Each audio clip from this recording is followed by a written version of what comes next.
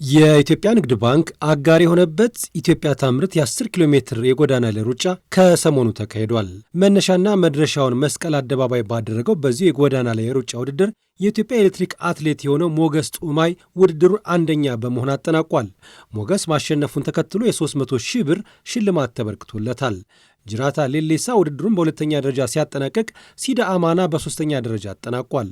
በሴቶች ምድብም እንዲሁ በተካሄደው በዚሁ የሩጫ ውድድር አትሌት ገመኔ ማሚቴ አሸንፋለች። አትሌቷ ውድድሩን በማሸነፏ የ300 ሺህ ብር ሽልማት ተበርክቶላታል። አበዙ ከበደ ውድድሩን ሁለተኛው ደረጃ ሆና ስታጠናቀቅ፣ ማርታ አለማየሁ ሦስተኛ መውጣት ችላለች። ዝግጅቱ በሀገራችን ያለውን የአምራች ኢንዱስትሪ ለማነቃቃትና የሀገር ውስጥ ምርትና ምርታማነት ለማሳደግ የሚያስችል ግንዛቤ ለማሳደግ ያለመ መሆኑን በፕሮግራሙ ላይ ተገልጿል። እንደ ኢትዮጵያ ንግድ ባንክ ያሉ አጋር አካላት ማኅበራዊ ኃላፊነታቸውን በመወጣት ለፕሮግራሙ መሳካት ላበረከቱት አስተዋጽኦም ምስጋና ተችሯቸዋል።